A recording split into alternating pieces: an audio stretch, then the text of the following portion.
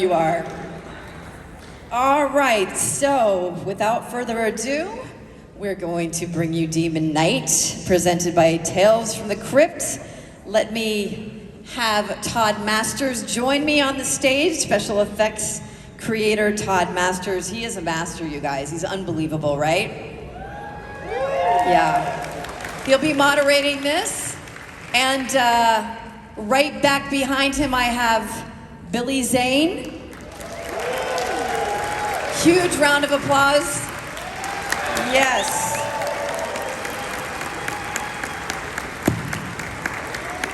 A huge round of applause. And then I have Charles Fleischer joining. Huge round of applause for him. There we go.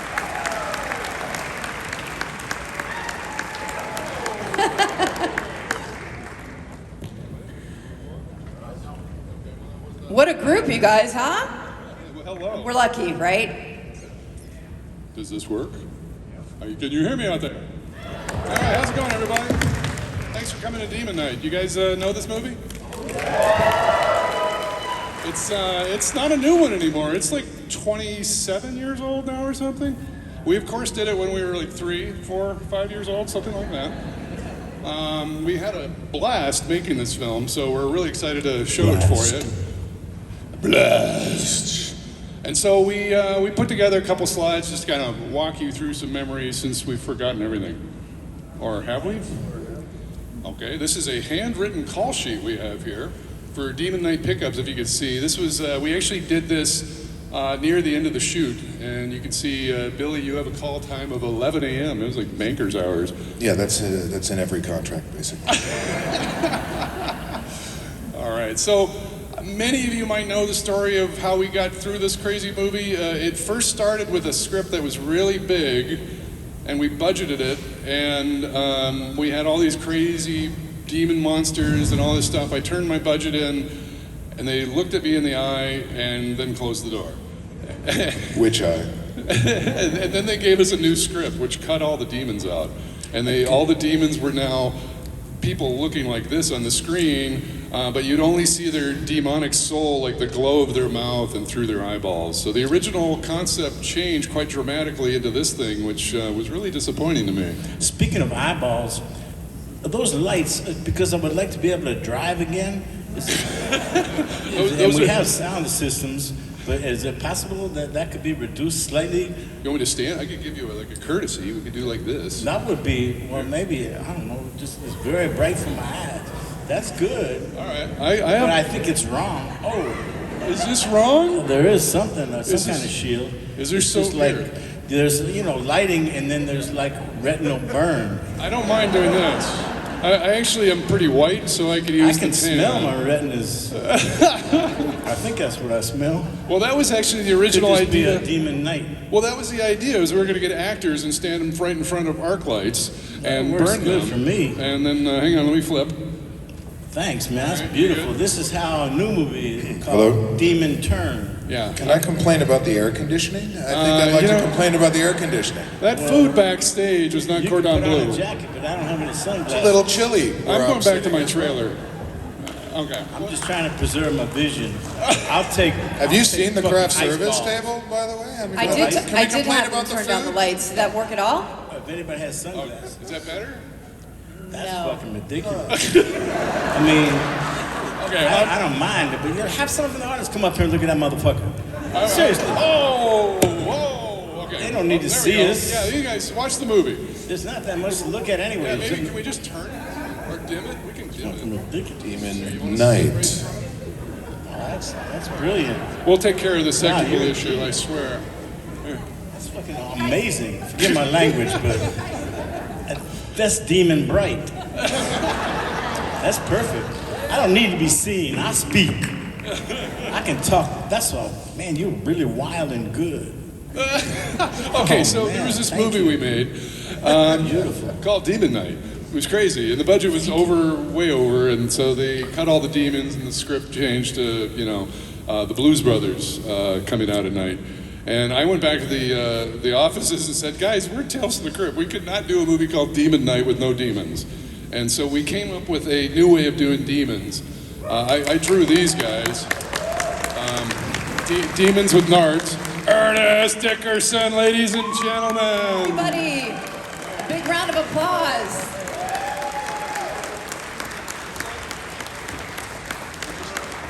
Our director is here. The man, the legend. Yes. Ernest Dickerson, ladies and gentlemen, directed this film. And I gotta say, he kicked ass on this film, don't you think? Amazing talent, amazing talent. We were just talking about that one story about how we didn't have demons and then we have these demons. Yeah. You remember that? Yeah, the demons were originally going to be People more wearing in their sunglasses. original bodies, more in their original bodies. Well, that's what we did here. We actually, we took some thin performers and we started just making it a big prosthetic was really the way we did it. And since we only shot the demons for a few days, we figured, this will be easy. And instead of making a huge suit and all that. So you can see on one of the slides all the various components we made, including the crotch piece, which had a gigantic Makita battery in it to drive the tail, which was really comfortable. The main demon was Walt Phelan, who I don't know made it today or not, but he was kind of amazing because he actually worked at the shop as an assistant, and since nobody ate food back then, he was really narrow. And so we thought, well, he's going to be a great demon. And so we convinced production to hire him and one other guy named Josh Patton. And then we had just two others that were stunt people, Kay Kilmer and Danny, I'm blanking, I need more coffee. And so we did these concepts with this kind of system. It was still a throw-on mask, but that's how the demons became this bizarre, twisted, emaciated, weird person, because they really were emaciated, weird people. In camera, if I may add. In camera, yes. Not CGI. And This it's is all pre-CGI. pre-CGI, but just far more effective, perhaps out of necessity, but pound for pound, scarier, more fun, more tangible. You can act to it, you can direct to it. It's not a tennis ball. I don't know what that means, but that's... This slide will explain.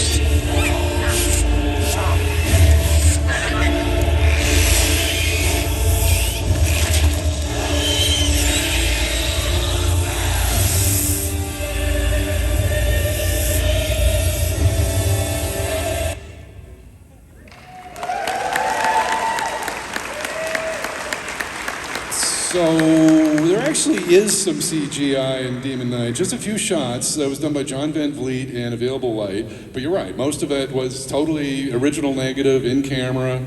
Ernest, you and I shared a love for Jason and the Argonauts, so we actually prepped this movie during lunch, I remember, while we're shooting. And I remember you and I, during one of those lunches, we're literally shooting, and we take a break for lunch. Hey, how do you want to do this sequence? And you're like, I love Jason and the Argonauts, we got to do that. I'm like, shit, yeah, we got to do that. And so we came up with this whole coming out of the ground bit, obviously not stop motion, but that was the origin of it. Yeah, yeah. And going back to some very basic techniques, shooting in reverse, having them melt and going down and shooting that in reverse and putting that together.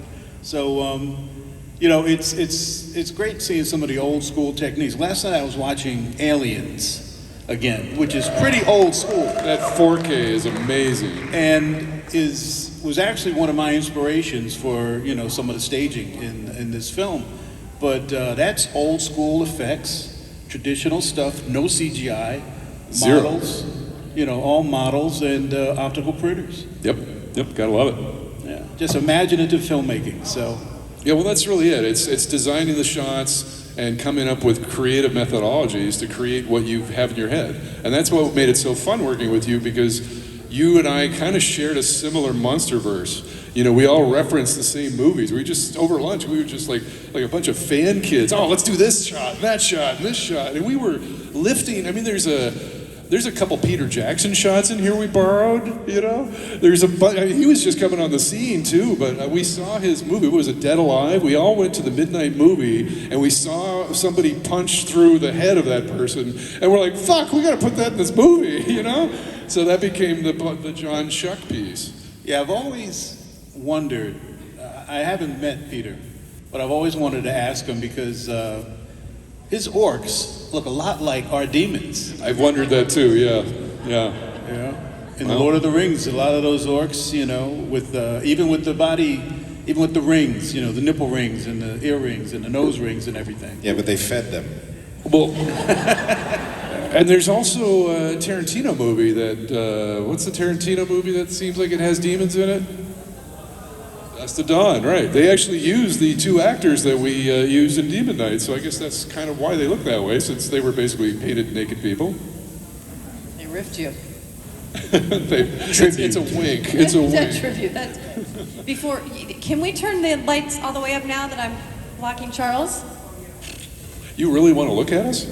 Yes. Oh, okay.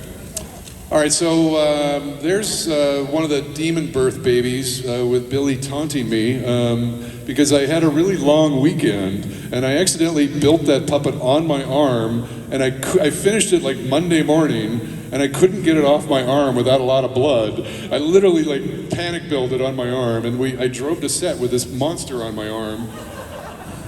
And you knew that, and you're like fucking with me here. Hey man, what are you doing? What are you doing? And you're like, You slept with it on, I think. You came to work, it was all night. You had this. I was ready. But we had such a fun time, and that really made the magic of this movie happen, was just how we all had, you know, a great bonding. It was a great crew, above the line and below the line. Everybody really pumped hard for this one. We shot in an old airplane hangar in the Van Nuys Airport. Van Nuys Airport, yeah. So the entire hotel is inside this hangar, and we are infested by crows, right? Not Sparrows? just crows. There was a lot of other There were kinds sparrows, of just birds. lots Sparrows? of birds. We had to stop shooting because birds were flying through, and also the planes were going by too because we're near an airport. Yeah, we had airplanes, but we tried to get rid of the birds in several different ways. Sometimes we would shoot off a blank to silence them, you know, just when I yelled action. And then they got hip to us after a while, so that didn't work after a while. And then there was some sort of a ultrasonic thing that we tried out. Yeah. Didn't they put up a fake owl or a hawk or something? They had demons, bird? actually. That silenced the actors. And we are also right next to the DEA. The Drug Enforcement Agency's aircraft hangar was right across the way. And so here we are with a bunch of blood and chaos in our parking lot. You made night shoots impossible. Yeah, it was, well, actually, they supplied us for the night shoot. No, I'm kidding. You guys look surprised. I didn't know the DEA was there. Monster makers knew. They had really You good never weed. So again, we had such a great group, but I don't think we had worked together before this. I think it was all kind of our first venture, and we all really clicked. Bill Sadler, of course, wonderful, wonderful guy. I don't think he was able to make it because I don't think we invited him. No. I think he lives on the East Coast, and he doesn't care about us anymore. That's not true. He's a huge fan. We love Bill. He's great. Gentleman. But it's to your benefit that he's not here, because we actually have photos that have never been seen before that show Bill naked. Oh, hang on. We'll come back to the Bill naked. That's a preview of the Bill naked. This is actually Ernest with Joel Silver, producer Joel Silver on the right. Joel was a huge supporter of the show. This was before he went through makeup. Sorry. Okay. Gil Adler and Alan Katz are producers from, they're essentially the producers from season 3 until, whatever that season was when they went to the UK. They ran the TV show, the HBO Tales from the Crypt. Someone calling us? It's Joel Silver. Is that Joel Silver? Hello, Joel. Joel, I'm sorry, that was Billy's joke. Gil and Alan, actually, they've been starring on a podcast lately. Has anybody heard the Bordello of Blood, Dads of the Crypt podcast? 2 people. Okay, it's huge business. So Tales of the Crypt made Demon Night, and then through a whole course of poor decisions, made Bordello of Blood. And if you have you seen Bordello of Blood? It's definitely different than the power of Demon Night. And so Alan and the Dads of the Crypt folks have made this podcast that I think is just completed just recently. It's like an 8 or 9 episode podcast. Just look for it for under Dads from the Crypt, and it's called Bordello Blood or How Not to Get a Movie Made. And it's actually pretty funny, so I'm sorry, that was a little left arm here. Okay, moving on from those guys. We also had other amazing cast members, Jada Pinkett, of course, on the left, and Dick Miller, both looking really good in these shots. And these guys were really fantastic. Everybody put their shoulders into this one, and we would cover them in blood and glue crap to them, and they just kept coming. They never went home, mad. Maybe some of the demons did, but anyway. Jada was, she was an amazing choice. I remember when you brought up Jada, and because I think the part was originally written for a white lady, wasn't it? It wasn't specified. Wasn't specified? It wasn't but at that specified in the time... script, but when I was trying to figure out who could play Geraldine, I had just seen Jada in Menace to Society, and I just thought she was really great in that. Yeah. And I said, okay, let me try and get that. So Joel had somebody else in mind. I thought it was Cameron Diaz. I think it was. Yeah. Yes. Yeah. So I originally thought it was Cameron Diaz in that part. Then you came in a left field with this part, which I thought she was so good in this. She was like the most amazing. Yeah. And I think this is pre-Will Smith, isn't it? Or they had just started dating during this? Yeah, I think they just started dating because I went to a party that Jada and some friends gave right around that time, and Will was there, and I met him. And I think they had just started dating. But I think he came by set once, too. But, the thing about Jada, I think if Cameron Diaz had gotten the role, you would expect her to make it to the end of the film. It wouldn't have worked. It's just the wrong... Jada, usually black folks are the first people to die in horror films at that time. So, I wanted an African-American woman to be our heroine. And I figured it would, psych the audience out because everybody says, oh, she's going to die. But then she winds up becoming the next Demon Knight. Well, and she plays it just so perfectly. There's no fat on that role, She is that person.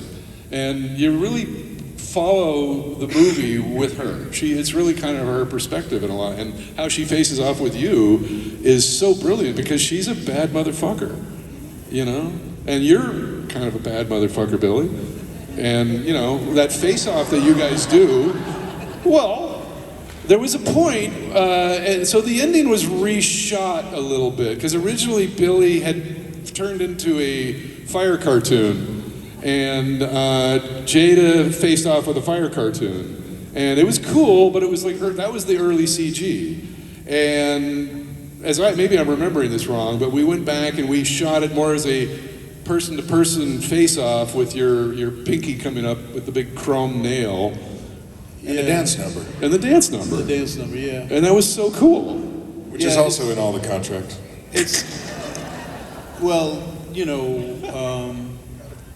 I think the problem was that what we had designed was so alien. The original Fire Demon was so alien that people couldn't relate to it. And plus, it was early CGI, so the effects weren't really up to it. And they wanted more to see you. Yeah. Well, see Billy. It didn't have the soul that Billy had, Fire Demon out of my pants. That's right, it did. That's right. It still does. Semen Night. It's still a trick you can do.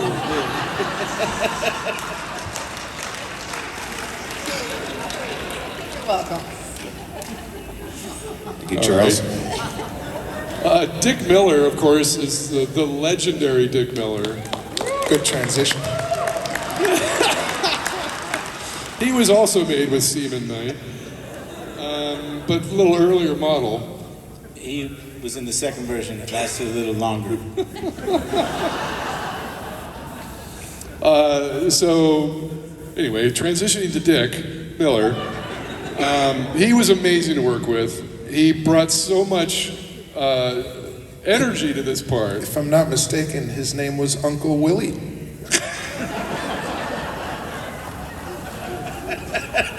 Any children in the room should probably leave now. Well, any children in the room are getting educated today. Grow up fast. Yes, and we cut his head off. Wait a minute, there's a whole metaphor to this movie. I didn't figure this out until now. This is an analogy. Yeah. Okay, all right, well thank you. So we can go home now.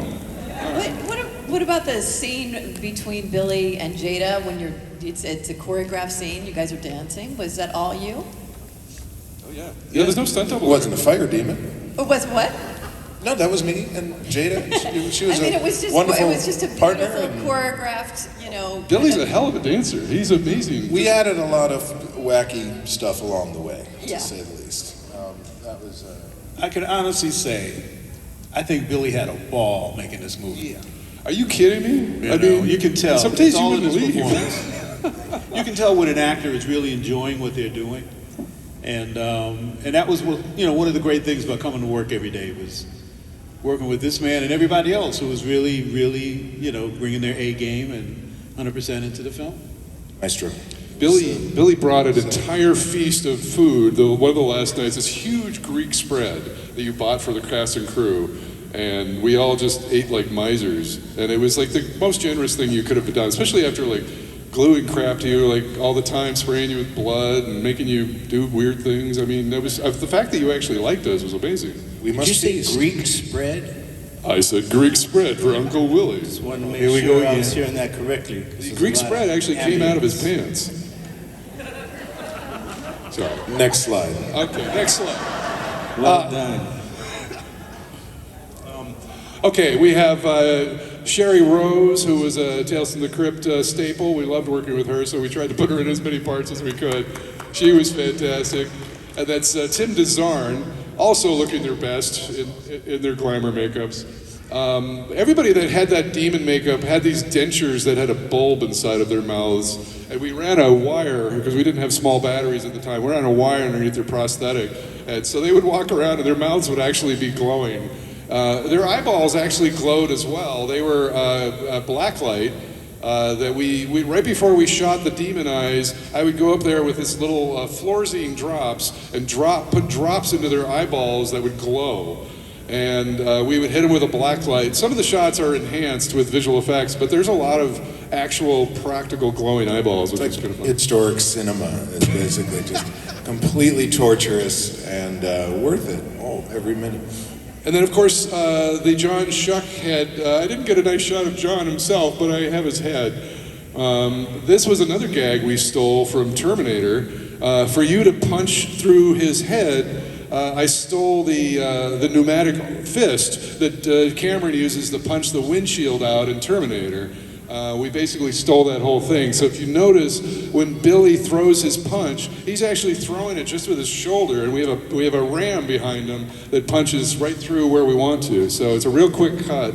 And we made 3 heads, actually. The punch-through head, then the head that's stuck on your hand, which I think had a little handle in it, so you could let go and throw it. And then we had the hero aftermath. None of these heads we gave to Mr. Shuck, unfortunately, which I don't know if he would have wanted them anyway, but that's our buddy John Shuck. And then, of course, Bill with Thomas Hayden Church, who plays Roach. And Thomas, he went to one of your, we all went to one of your comedy shows. Do you remember that? During the production of this, we went to one of your shows? Yeah, sat on the left. Yeah, right there, exactly, with my Willie. Yeah. I don't know, it was yours. Anyway, okay, here's back to naked Bill Sadler, ladies and gentlemen. These are the photos that we can show you since That's he the didn't Greek show. spread. This is us preparing for the Greek spread, exactly. Ancient Greek. So I just saw these photos for the first time like 3 days ago from Randall Throp, the costumer. So it's kind of a treat to have world premiere photos here. That's gluing down Bill. I'm sure. Make sure you post this on the internet, okay? They've not been seen before, right? Those have not been seen. You might have seen this from the movie. Deal, Geraldine, you let me in. That's how it ended up. So lunch is right after this, people. So we had every demon we had. That's our hero demons and our stunt demons for that shot. Again, we only had 4 hero demons, and then we had a pile of background demons that were kind of like in long johns and stuff like that. Cordelia?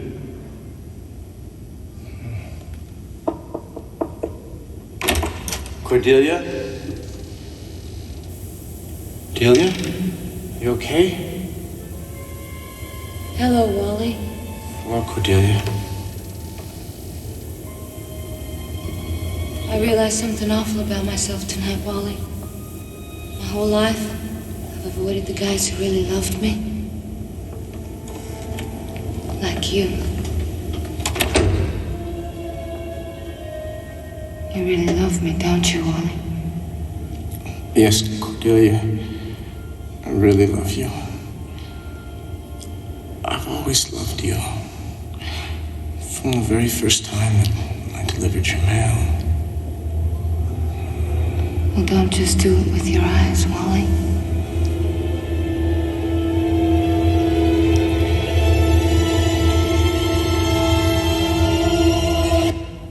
Obviously pre-COVID. So rounding out the cast, Charles Fleischer, ladies and gentlemen. Thank you very much. Thank you, Otis. Charles obviously is an amazing comedian, but is one hell of an actor and has been in a lot of great films of the genre, especially Demon Knight. And you played Wally, the post office dude? The disgruntled post office worker with a cache of guns. Gotta love that. Well, I'm glad you never pulled that trigger. You saved it for Demon. She pulled my head off before. Yes. And Brenda Baki, of course, who is also fantastic to work with. She was, and she didn't have any breath spray or anything. It was just all natural. Well, she had the Greek.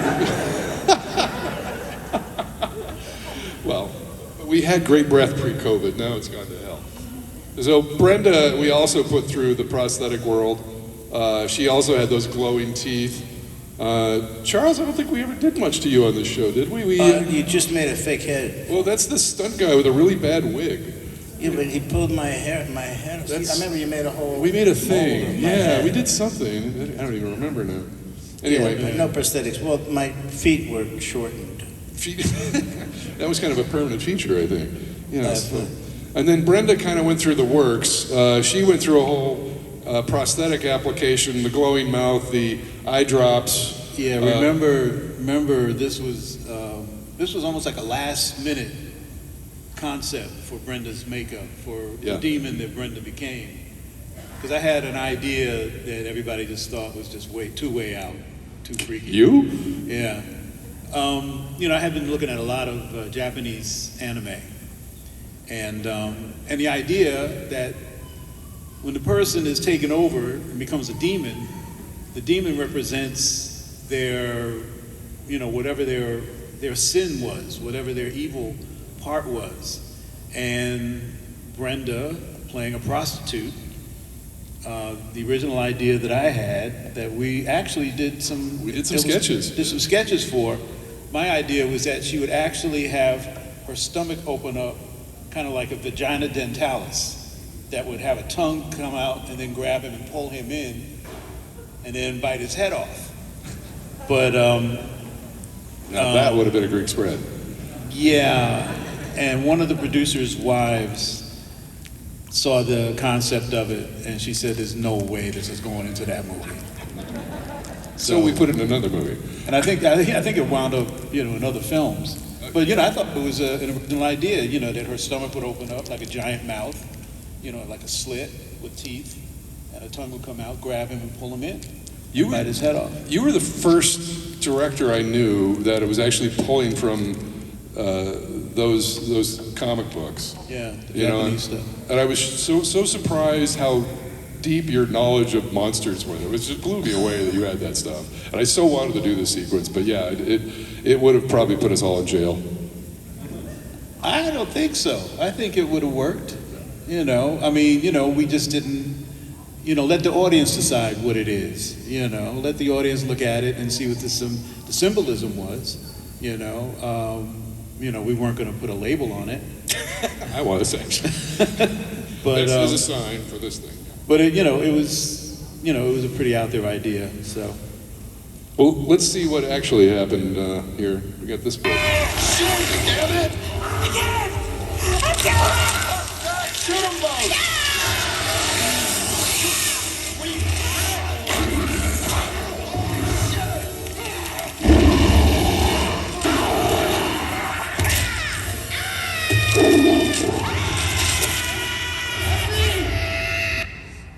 Now, of course, we got to talk about Cece. So Cece H. Pounder, who, by the way, told me her H was silent. I've never quite understood that. So she's Cece Pounder? Anyway, that's what she said. She was also an amazing partner in this because she played kind of a little bit of a doughy, midwifey kind of character, but she was really narrow. And we actually pitched her the idea of being a little bigger so we could hide her real arm when we ripped her arm off. So we didn't have like a wing sticking out or something. So she's wearing a whole, I hate to call these things fat suits, I know that's not PC, but that's essentially what it was. And when the time came, we would just pull out a little insert and she would insert her arm and then she would wear this little stump and we have instant post effect. There you go. Another fine story.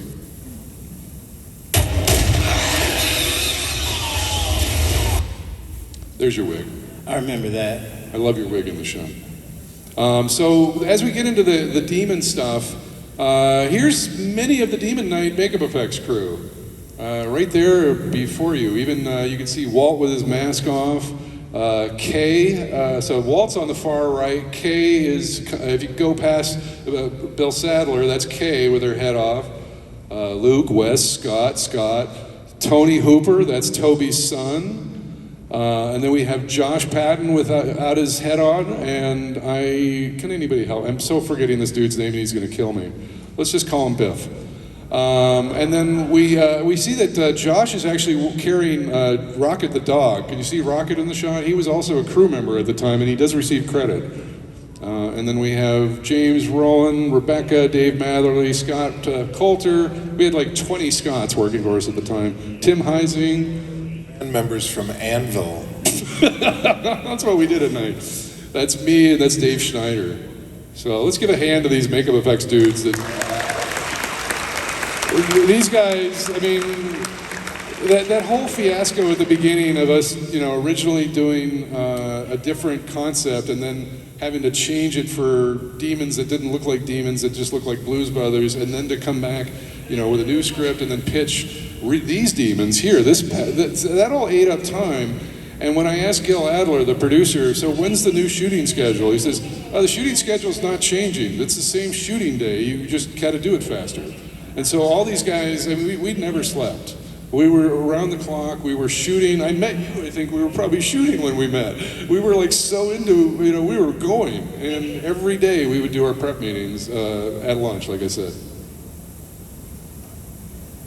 Whoops. I skipped one. Can you go back one there, Patrick? There we go. Thank you. So just some behind the scenes stuff, more demons. You can see more of the demon crew just after a day of hard work. They're being cleaned up there on the bottom right. Quick behind the scenes. Joel Silver, line 4. Okay, more behind the scenes. That's Dave Schneider sculpting the K demon, I think it is. And of course the Walt demon, the lead Walt demon is on the left. There's Josh, actually from our Vancouver shop on the kind of middle left. He found one of the old Demon Knight tales in a box recently. And there he is with that device that we crammed up people's crotches to make the tails move. Anybody want to try that on? Of course, CG has made this a lot easier, but not as much fun.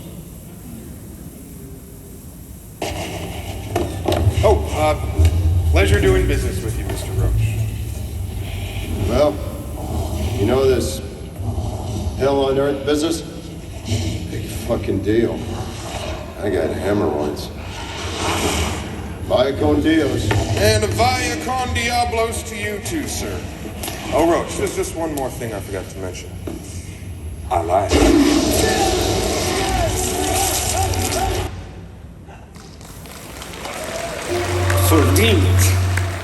So that's kind of what we have to show you. This little montage takes us out. If you have questions, we might have an answer. So if you have a question, we're going to take it from you, and hopefully we'll get one of these 5 gentlemen to tell the answer. I'll be the one to go down there, and if you guys have any questions, let's do it. And if you can make noise, because we can't see you very well. Maybe they could turn on the house lights. Oh, now he wants the lights. Well, house lights. Okay, not house eyeball lights. burners. All right. I just want people to be safe. Let's show Okay, let's who's show- got any questions? Nobody. Oh, That's that's perfect. not. Okay, we got to go. Maybe it's a different house. All right, hi, how are you? I am good. Question. So one of the shots we saw was of Jada in the demon makeup, which didn't make it into the final film. Could you tell us what that scene was about? I thought there was a piece in there with Jada in the makeup. Well, we saw it here, but it was part, if I remember correctly, I think it was part of when Jada is tempted by the collector, tempted by you in that room where she sees Breaker up on the wall being eaten, you know, that idea of what could happen, and the idea that she would turn into one of the demons. So that was a piece that was, I think we shot it, if I remember correctly, we shot it, but we cut it down. Wasn't it in the film? A moment of it? I don't think so. I think we need to go back and watch that. But yeah, I know that we shot it, and I think it trimmed down for whatever reason. I don't know why. It was cool. Maybe it was in her contract. That was the sequel. Yeah, that's the underground film. Thank you for the question. Okay, So so we don't have an answer. All right, we have one more. So speaking of sequels, I'm sure many here, if you want to collab, would love a sequel to Demon Knight.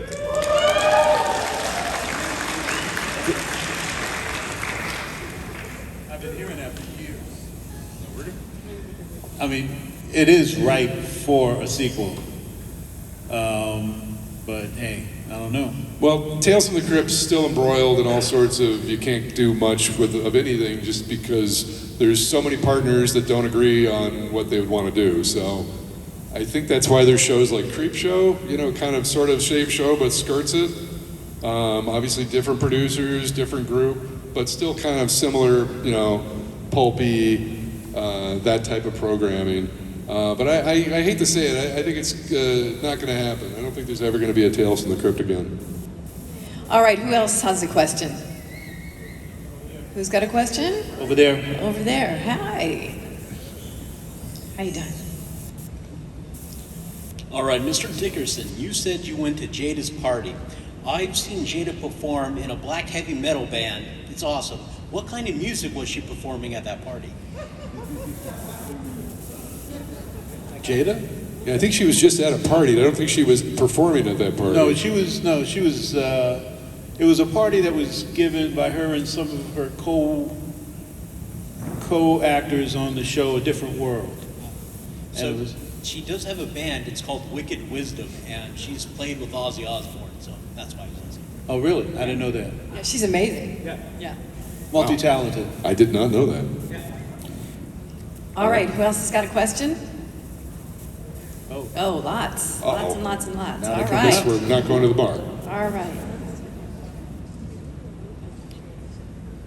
Thank you guys so much for coming out today. I was wondering what your favorite scenes from the movie were. What everybody's favorite scene was to shoot. What was everybody's favorite scene to shoot? Probably the last one.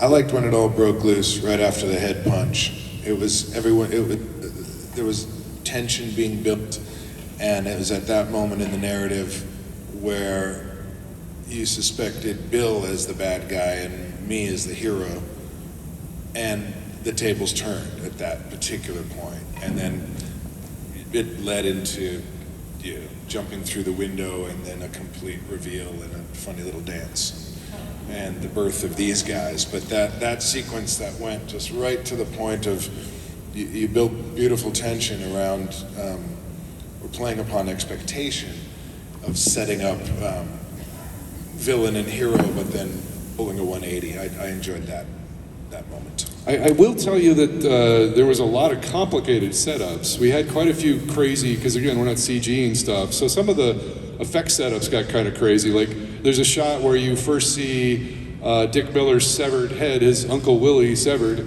and his eyes open up. That's actually the actor, and we're split screening off his body. And to do that, we actually had to make the set a puzzle piece to have a place for his shoulder to go, so his head would sit like a severed head. And then we would shoot the B side of that. We would just plug the set back in. So there was a couple weird things like that. When we melt you, you're actually melting in acid. So we actually used real acid to melt Billy's head. We stole the idea from Steve Johnson, who did it on Innocent Blood. Where he melted somebody with the same process, and I'm like listening very carefully to how he did it, and we had to set up an entire spray boothy wind tunnel to be able to shoot it, because this was real acid really eating foam latex, and came out, you can see it in the film, this really noxious yellow smoke.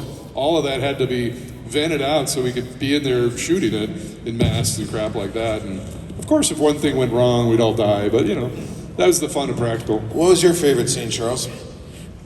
Any scene that Ernest Dickerson is directing becomes my favorite. And I'm not just saying that because it sounds like it's something good to say, but he is a master that allows you to be the best that you can be. Second that emotion. You're such a great director in that sense. Wow. And a genuine, generous, humble man. And those don't always coincide. And it's hard for me to pick my favorite scene because I just love coming to work and doing it every day.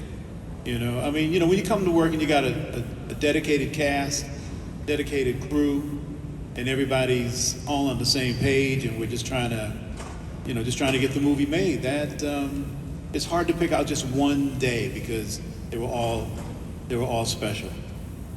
Very good. Okay, who's next? All right. Here you go. Congratulations on having made one of the best movies to ever be released in January in movie history. Really, did that release date kind of like make you concerned about how enthusiastic the studio was with the movie? It paid off. Will you repeat the question? Just pull your mask down for 5 seconds and ask the question in a slightly more concise manner. Were you worried about the release date being in January? The release date? Yeah. Worrying about it? Yeah. Why? Because it usually means that just in terms the studio of doesn't like the movie. How it was going to be received, type of thing? Yeah. Oh. Nedjöðus mátulidum protut neperator snarato, dimenai fnendast kobarutidos leitens no potra, I kreros lascia no brondala, I vitam balcosetas not to worry. Any comment? No, that'd be a no. He says thank you. All right, who's next? Any more questions? Here we go. Hi. At the end of the movie, there was a tease for Dead Easy. I think it was supposed to be a sequel. Oops. Yeah. Do you all know anything about that, or Ernest, were you ever approached to? Yes. So the end of the film, it says, "Stay tuned for our next film, Dead Easy," and that was the film that we were intending to do in New Orleans, which you can hear all about at the Dads of the Crypt podcast. That's the film that was supposed to happen. We were actually in New Orleans. That was originally Gil's film. Huh? Yeah. Yeah. And then That didn't happen. the studio pulled the plug and did Bordello of Blood for some reason that gets explained in that podcast, How Not to Make a Movie or whatever it's called. Okay, who else has a question? All right, over here. And why are we turning those lights on? It's a signal. Yeah, I know. It was very Someone just subtle. ordered a tuna sandwich. It's a sign. Question for Billy. How long did you have to keep the sponge in your mouth for that visual gag of where you plop it out and You still have it in. erase the line? How One long more did time. you? How long did you keep the sponge in your mouth for that visual gag? That, like many of the comedic moments, happened on the fly. And it was a moment where we were like, oh, blood seal. Duh. We want to clean it. Right. Props. We got a sponge? What? We got a sponge? Hold on a minute. We got a sponge? Yeah. Can you rinse it? Yeah. Can you bring it over here? Yeah. Here it is. Okay, hold on. We rolling? Good. Holy shit, I'm eating a sponge. And here we go. And then I was like, all right, it came out perfect. It was like literally that. It looks like a gag. It was totally pretty looks quick. like a gag. It One was take? pretty quick. Was it one take? It was One or two? Oh, I don't even remember. I think it was pretty quick. I mean, because it was. I mean, he did it like, let's say maybe 2 or 3. Well, and it's such a great character detail. Of course it's going to be that way. And it's magic, but you made it happen. Not CG. Well, thank you. The motivation, the takeaway once I realized that on day one, testing the waters, to just kind of go, okay, can we go here? Am I going to get pulled back? No. Can I go there? Am I going to get put? And then it was like, no, go farther, surprise me every day. What do you got? And then we kept bouncing. And he's like, how about this? I said, I love that. Let me do that. I was like, how about that? It was the most symbiotic and a truly enjoyable experience I had playing a character in the whole canon of my experience. This character was my favorite to play, truly. I mean, it was a very comfortable set. Yeah. Because we were inside all the time. Originally when I read the script and I'm looking at, oh my God, does that mean we got to shoot 30 nights out in the desert? No, I don't want to do that. And that's when I started looking for a place we could actually shoot it indoors. So smart. And it was so comfortable that, we had regular working hours. We were in every morning at 7 and out every night at 11. 6. Maybe you. My call sheet said 11. It's very comfortable working condition. Well, I really love watching your process too, because at the very, very beginning of this, you were working on it. I don't know if you remember this, but you pulled into our shop and you had hair and you popped your trunk and you said, well, you want this one? And you pulled out another wig out of your trunk, put it on, and then how about this one? And it was like hats for you, and you could be different people. It was Mr. Potato Head. And it was just like, holy shit. And then I don't know what the genius of you not wearing anything was, but it was the first time I'd ever seen you like that. There weren't many bald, that fellas running around that. Yeah, now we're everywhere. We were blazing trails. But to the point I wanted to make about that sponge and that level of weird creativity we were all playing with, right around that time, Robin Williams came out with Aladdin, and the genie was the first time I realized animators animate to actors, because you knew that he was an improvisational genius. A lot of that material wasn't in the script, and it wasn't planned. As a result, he was in the booth, voicing a character. They drew afterwards, and a light bulb went off. I went, oh my God, that's genius. And then I thought about the collector, I was like, he's like a genie. He's a genie, because Robin kept pulling things out of the air, right, to make a point. Anything you need, you can manifest. And this was an incredible tool, so to speak, or ability to create tools to make your point as needed. So that always stuck in my mind, and also fueled the level of, whimsy and comedy that we then created a false sense of security from which to then, go for the throat, right? And it was that I felt was a through line and thread for me that allowed for the villainy to be its highest level, and all of the tragedy and craziness and scares And is because we created these pockets of calm or stress relief through laughter. And that was the secret sauce, I think, when we nailed it. When we found that, it was like, okay, it's catch release, and let's just do this throughout. It was great. Well, and that sauce is really what makes this movie work. You know, there's many great elements. The soundtrack, obviously, I'm going to say the effects, but the cast, all of you carrying characters into this scenario, you know, managed so well by Ernest over there. I still watch this film and love it, and I worked on it. Everyone had zingers, everyone had laughs to some degree. It was like, the reveals, it was just really great. I love the ho dunk, po dunk, well then there, motherfuckers! That was simply, how are we going to get rid of the duster? How are we going to get rid of the duster and the cowboy hat? It's like, I got it. I was like, fuck this cowboy shit, you know. All right, we probably have time for one more, two more maybe? Do we have any more questions? Yes, who's got a question? Where were we at? Coming. Anyone in the back? You just walked in. Make it. This is your moment. You with the pink hair. Yes, you. Got a question? Todd, were you guys using hot melt vinyl? I'm sorry, what was that? Were you guys using hot melt vinyl then? I'm sure we were. I think. I thought you quit Hot Mom. This is Josh. Actually, he was in the slideshow carrying the mechanical tail from Hey, our Josh. Yeah, our Vancouver team over here. Thanks. None of you guys worked on this movie. But we used to use this material. I just broke the audio visual and my glasses. We used to use this material called hot melt vinyl that was essentially fishing lures that we would melt down, usually causing big fires. We burned down some shops and stuff. And, so yeah, we did use some of that. Yeah. All right, who's got another question?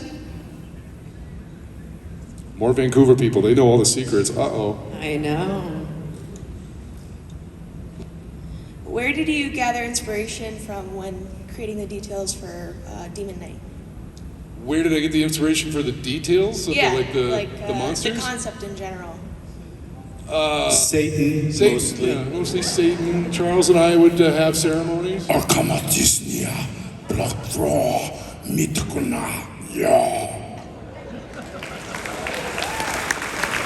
That's a loose translation for all inspiration is divine. Inspire from spirit. Spiral comes from the magnificence that is effervescent in all beings, including the person that asked the question. And I was a virgin at this time, and so I was sacrificed. Mr. Dickerson, I was at the 25th anniversary screening that we had a few years back at the ArcLight, and you revealed a fun fact about Jada, how the night before you were due to film, she called you and said that she cut her hair and bleached it. So, since Jada, is an artist of her craft, do you feel that she was really embodying her character? Yeah, I thought she did. I mean, what happened, she had cut her hair, but then she called me and told me that she had bleached it like white. So I said, I gotta see it. Come on over, I gotta look at it. So she came over to my place and I looked at it and I said, just darken it a little bit, make it more blonde, make it more yellow, not so much like white, shocking white. Too white. Yeah. And so that was it. But I thought it was a different way to go. Was that the cinematographer in you saying that in a way? Because I mean, you know how white photographs. Yeah, but I just felt it would. I felt the more yellowed color would actually go better with her skin tone. So, folks that don't know, Ernest spent a large chunk of his career as a cinematographer, a lot with Spike Lee, and really, he's been directing for a hell of a long time too, of course. But he kind of came in with those eyeballs. And he was not the cinematographer on this film. That was Rick Boda. But you always were there with the right eyeballs. Yeah, it's one of the things I can't give up. I can't give it up. Let's keep your eyeballs in your skull. Yeah. Unlike Cordelia.